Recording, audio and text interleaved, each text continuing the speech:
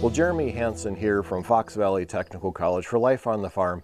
And joining me today is Nicole Campbell. Nicole, thank you so much for your time today. Thanks for coming out. You know, you have a rather unique business, and it's not a unique business, but how you run your business is unique. What do you do? Well, we own a floral shop, but more importantly, beyond that, why you're here today is we also have our own flower farm in conjunction with that floral shop. Right. And where is your flower shop? Our flower shop is located on Broadway in downtown Green Bay, right downtown, and then our flower farm is about 45 minutes northwest outside of the city. Right. So you actually grow some of the flowers that you use in your floral designs, correct? Yes, we grow as much as we can here in our Wisconsin climate. Obviously, winters make it a little bit more challenging, so we don't produce year-round, but we take advantage of the growing season. Right. So, you know, what are some of your favorite flowers that you grow here? My absolute most favorite thing on the planet are dahlias. We grow a ton of dahlias. Something I honestly never thought I would grow. They're a little bit of work, but they're worth every moment of it.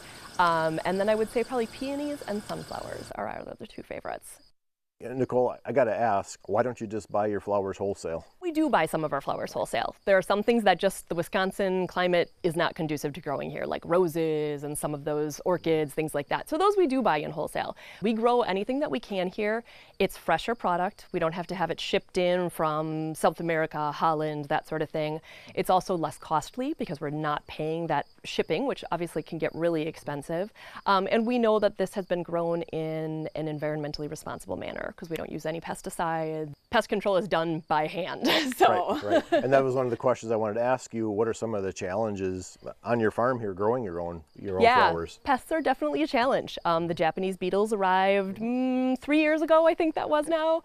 And we literally pluck them off by hand and drown them in soapy water. So it's a time investment, but we have such diversity of insects and birds and everything that happens out here, and I don't want to be the one to disrupt that balance, so we just make sure that our footprint is very light. There should be an equal number of good insects versus bad. Yeah, absolutely. And really, we found that as long as we don't get in the way, it does a good job of taking care of itself. We had terrible aphids this year on some of the milkweed at the start of the season, and we were just patient, and the ladybugs arrived. And now they're just feeding away and balancing out the aphids, and the checks and balances are there if we just let it happen. All right, how about weed control? What do you do for weed control? We do use a black landscape fabric as a barrier just to keep that under control. Otherwise, it is just weeding by hand, and it's constant. If I take my foot off the gas for a moment, those weeds are sprouting up everywhere. But so I literally finish one section of the garden and then start again because it's perpetual. Right.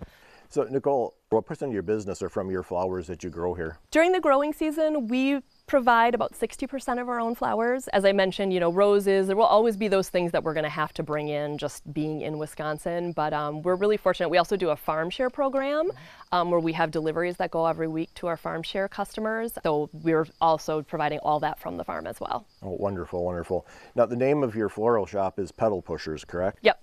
So what are some of the customers and what are they using the flowers for?